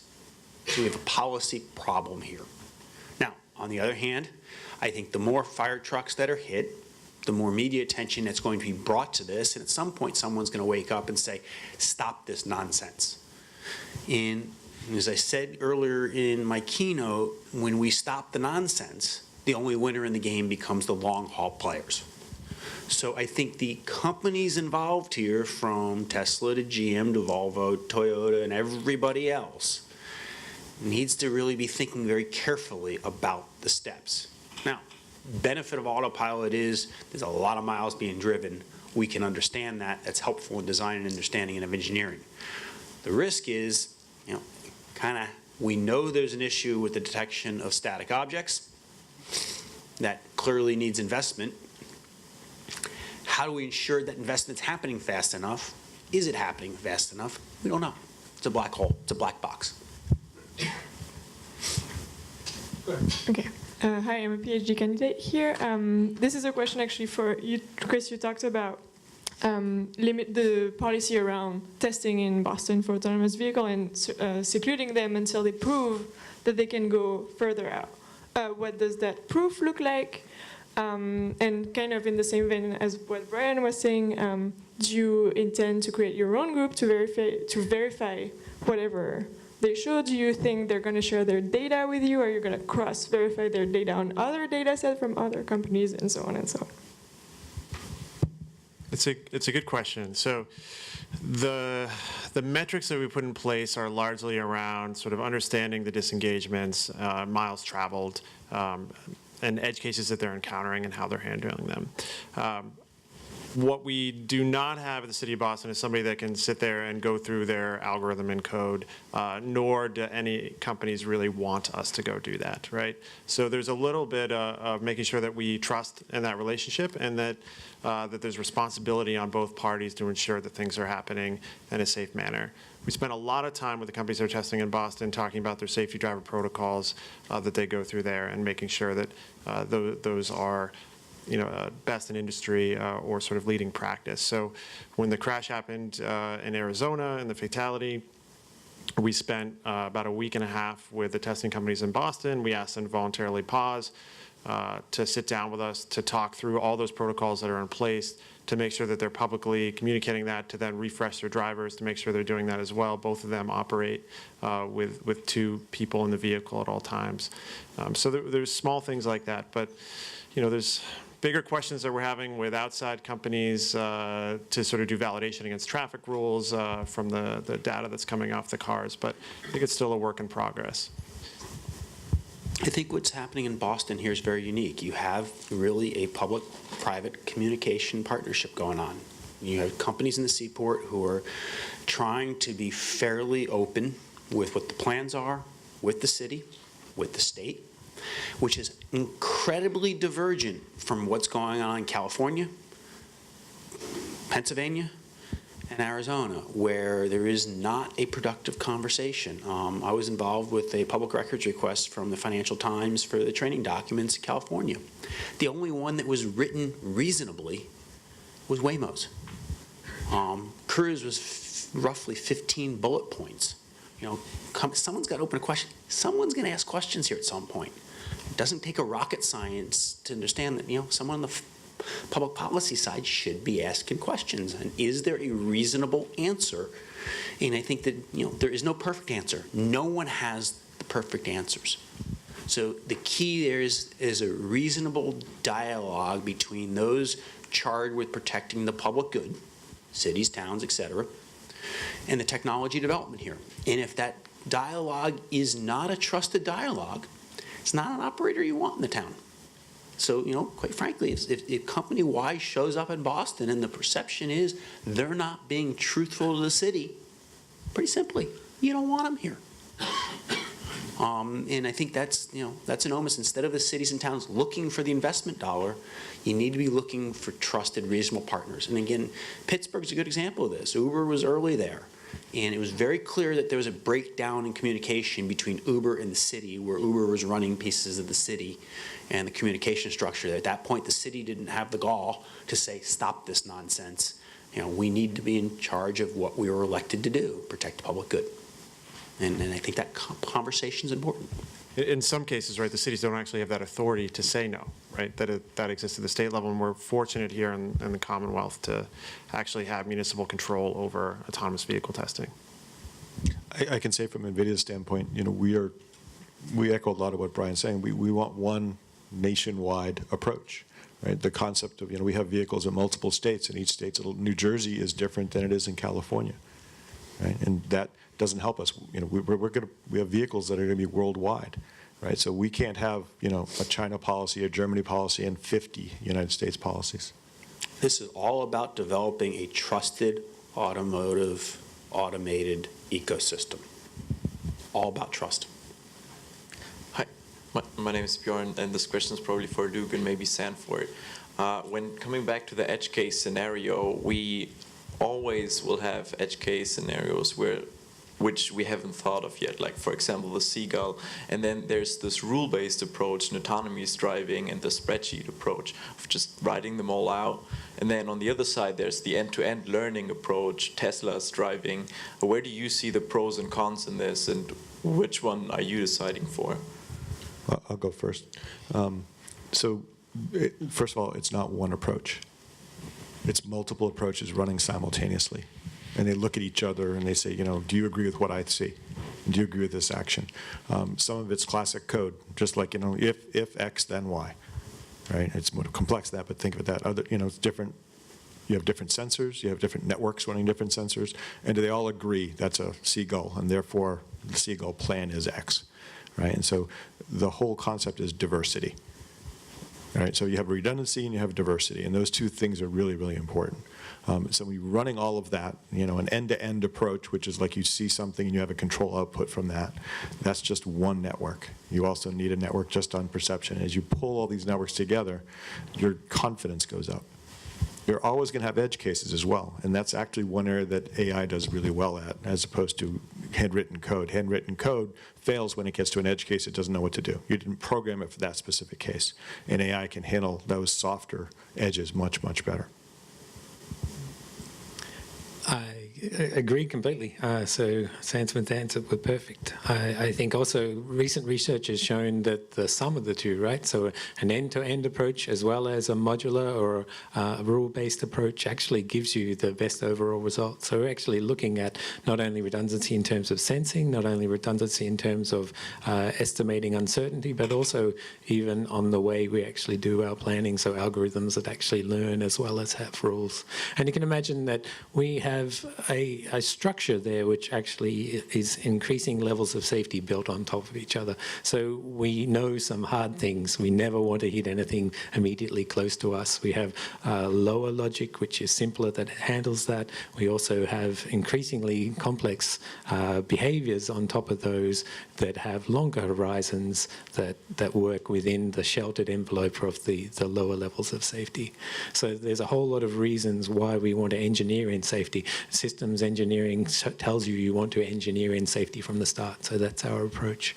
And effectively then we have the validation. So again, systems engineering will show you need verification and validation. So you want to verify that your actually system performs as designed, but then you want to validate that your requirements are actually the ones you need to meet. So through extensive simulation, you do a lot of that verification. You then validate it with driving simulator studies to show that people actually understand what you're doing, and then you actually can do things like real-world testing either on closed course or public road. I think we have a question over here. Great. So I know that we talked about Peter and Humatics and the work being done there, the value and importance of accessories like on the side of the buildings or in the street lights to kind of narrow down the variation within like different vehicles and curbs and that sort of thing. I was curious if there's a conversation between city planners or city developers and the automotive producers, specifically autonomous vehicle producers, of, hey, this would be really great if in the curbs that there could be some sort of sensor that would be really valuable to the automotive producers of this would be a great sensor so we can adjust on our own as opposed to having that depend entirely on software developers and the engineers themselves. Well, I can say you could probably find lots of engineers asking for well-marked streets. so that's, and I'm being really serious, right? Because that's a huge indicator for a lot of these autonomous systems. Where's my lane? Right? What are the markings on the streets? Are the signs, is the sign hidden by brush? Right? And so if you can effectively clean and scrape and modernize the infrastructure that's there, that's a huge advantage for an autonomous vehicle. So not so much that we need a curb sensor, but paint the curb. So I'll put on my CFO hat for a second. The city of Boston brings in about $135 million a year related to sort of auto fees. So parking tickets, parking meter revenue, and excise tax. If we imagine an autonomous future, fully autonomous future, vehicles no longer need to park at the curb, and there's fewer of them, so maybe we're registering fewer, which means there's less excise tax, and they're no longer violating the law at the curb. That's $135 million we don't have to maintain the striping that we currently have. So think about how much goes into actually, 850 miles of roadway in the city of Boston, and we put thermoplast down every year. We do 50 to 100 miles of that, and some of it's reconstructed, some isn't. But the maintenance of that is incredibly expensive, and the city is trying to make decisions based on what residents want. Do they want better schools? Do they want parks in their neighborhood? Do they want health benefits and a healthcare system that works for people? Do we want public transportation, or do they want better paint on the road? So at some point, there needs to be, the public-private investment in infrastructure that the federal government likes to be talking about, but maybe not really actually delivering a realistic plan on right now. But for municipalities to be invested in that. Because I think, for the companies that we talk to, they say, yeah, IoT sensors would be great. Maybe, we'll get to it. But, our car's got to work in Flint, Michigan, and I'm pretty sure Flint, Michigan isn't going to be investing in IoT sensors anytime soon because they're trying to fix the pipes under the ground so people can drink water, right? So whether a vehicle needs those sensors to operate, I haven't talked to anybody that's making a bet that has to happen. Does it improve the ability and the conditions in which they are able to operate? I saw Peter's presentation. I would say yes. But are we going to get there anytime soon? Probably not with municipal finance to do it. And that's why I think the 5G network is important here, because that's an infrastructure that's going to happen anyway. It may not provide the precision level that other technologies can, but the telecommunications system in this country is going to move 5G. The question is it, how fast will it roll out? It's going to be paid for by the telecoms. It's going to be there. So, it is very plausible that piggybacking on that structure is the best way to get a little of that communication structure there. It's never going to be as refined as other approaches, and it's not necessarily going to be embedded everywhere. And that's why I think, Peterson, what you thought about, in tunnels, in parking lots, in those kind of situations, other solutions are going to have to be there, or someone's going to have to say, look, we're going to put an expensive 5G network in that place.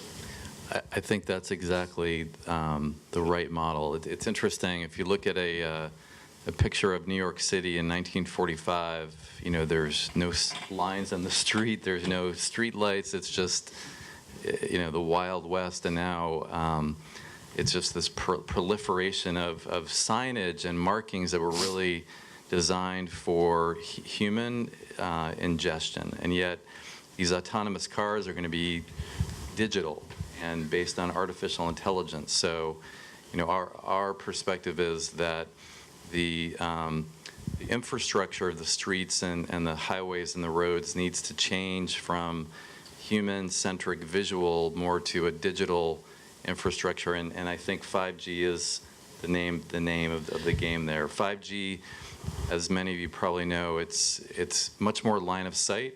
So in an urban canyon, you'll have to have what's called a small cell every 100 or 200 meters, which actually aligns with some of the IoT infrastructure technologies, including ours. And I think the key there is it's an infrastructure that the automotive industry is not going to pay for. It's an infrastructure that's going to be created because we demand watching videos on our smartphones, and we will pay for that. So I hear laughter out there, but it's a free infrastructure that's going to be created here.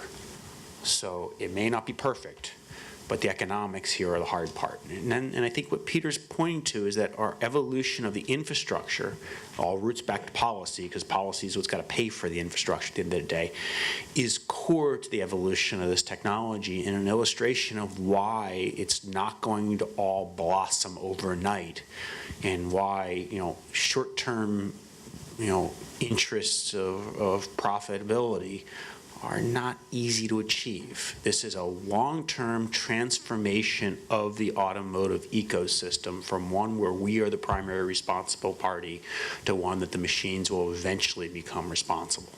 but it is very much an evolution, and it will take time to get all these pieces aligned into play where we don't know, quite frankly, what the best way to stripe a road would be because we don't know what the optimal sensor set right now is.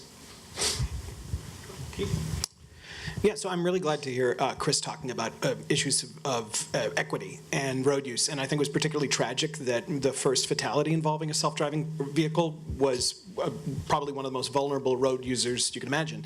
And I'm wondering, you know, with a panel that's obviously very accomplished, but obviously you all seem to, you know, have a lot in common, whether you're having conversations with the communities where these cars will be operating, with people who don't think like you, who don't look like you, who haven't been educated in different ways, who have different priorities of how they use roads, how they live their lives.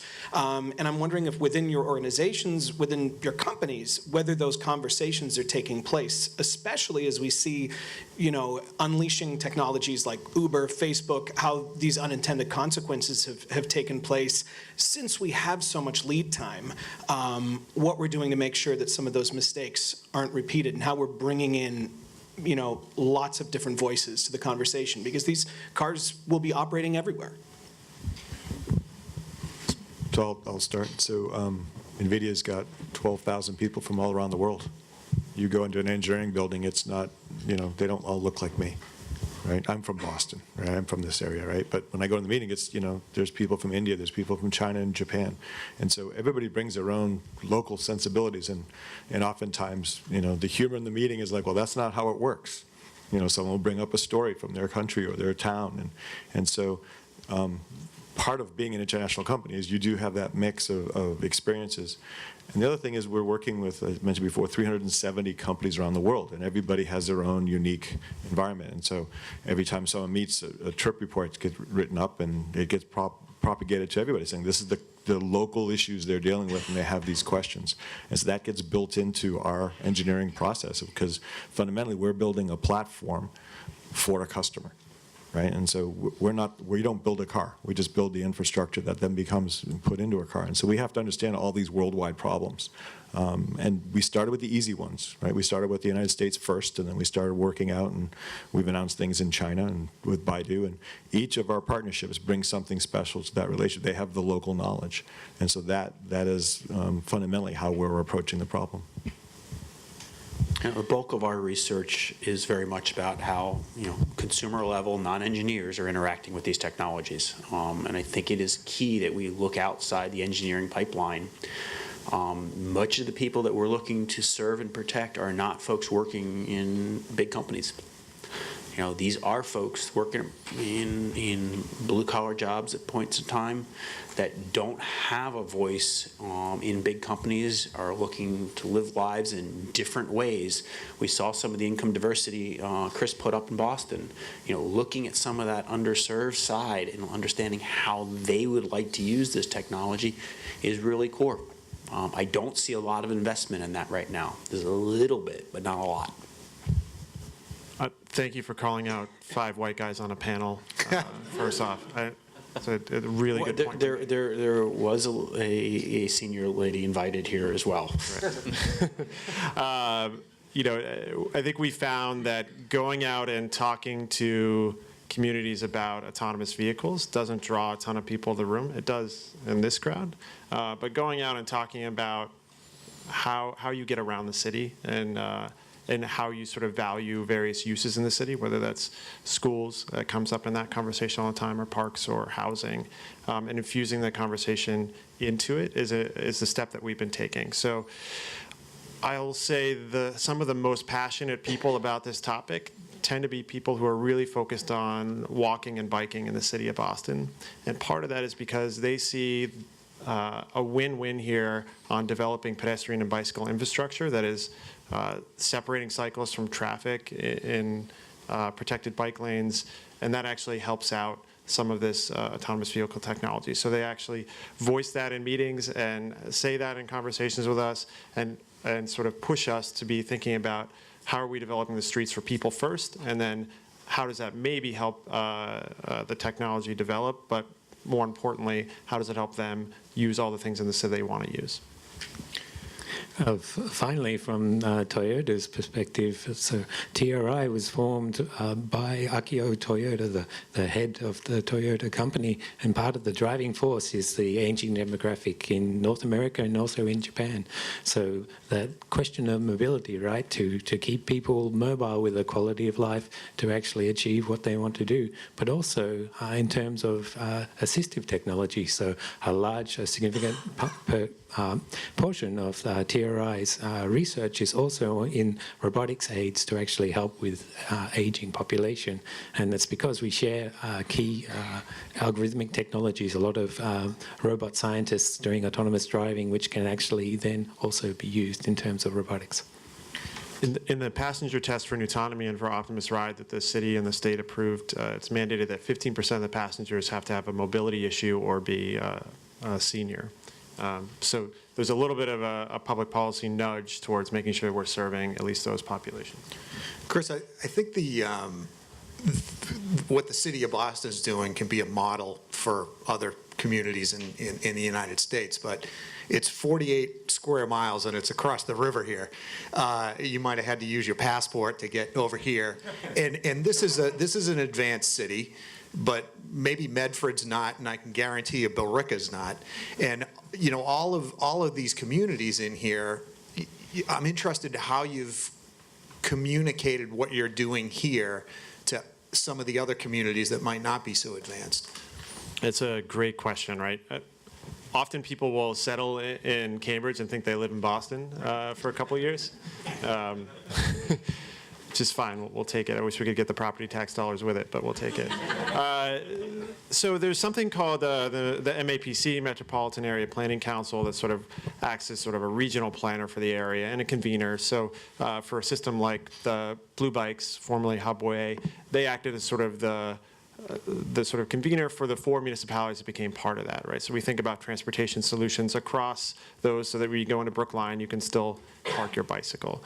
What we've been doing over the last 6 months with them and with a group called the Metro Mayors Coalition, it's the 16 communities that surround Boston.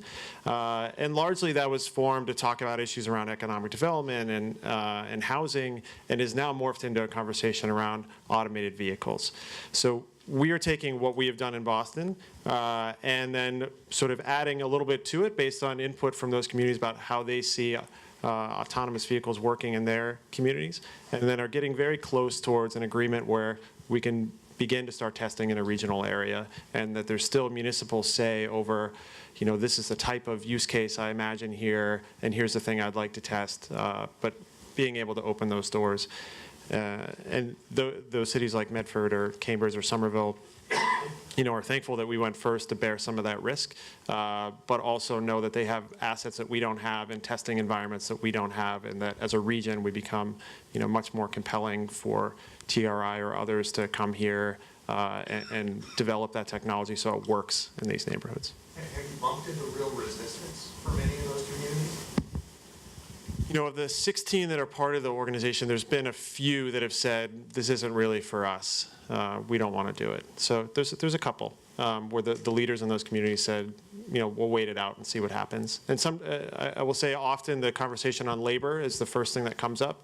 You know, if you're an elected official thinking about jobs as the #1 priority, and how this sort of maybe sells in a newspaper about automated vehicles potentially removing jobs from drivers, I think is one angle that we have heard in resistance, and certainly not something that Mayor Walsh has talked much about. I think we're a long way away from that happening. We see sort of the net gain in jobs for the industry and sort of the associated things with automation as the real win. We're almost out of time. I think we have time for maybe 2 quick questions, Bill. If I may, is there any ramifications in these coming changes for classic car owners?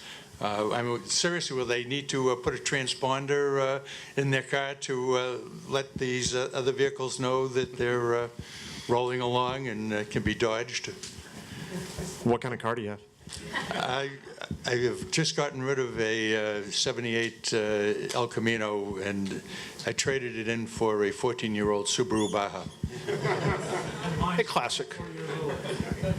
I think you got to look at when we move from analog to digital TV as an illustration here. At some point in the distant future, whether that's 5, 10, 20 years out, who knows at this point, there will be a beacon in cars. Whether that'll be a 5G beacon or something else. And at some point, the mandate will come down that there's going to be a beacon on everything on the road. And even somebody who's driving around an old Model T, maybe it will be the government that'll supply it at that point. I mean, that's what happened with our analog to digital TV transformation. But at some point, there will be a beacon there.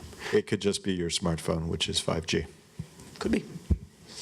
Yeah, and I didn't say in the point before, and that is part of the sensing technologies, right? That, like Sanford say, we look for the drivable surface, and by definition, you look and you can see things that aren't the drivable surface. So a lot of times now, sensing technologies is actually built around knowing things that we can see and sort of the negative objects, i.e. the things we can't explain in that space. And we always need that because there will always be the dog without the transponder. There'll always be the eclectic double-stacker bicycles that you see around, all of these kind of things that, will never be on our exhaustive list. And so we always look for the negative item as well. I can also imagine a future where you might not be able to drive your classic car in certain areas too, right? Just like you can't ride a horse on every road in the city of Boston right now. But there are still places you can go and ride a horse, right? Yeah, I think we have time for one more question. Fred? Yeah, thank you. There's been a lot of talk about the intelligence from the standpoint of the vehicle trying to operate out in the environment with all these variables.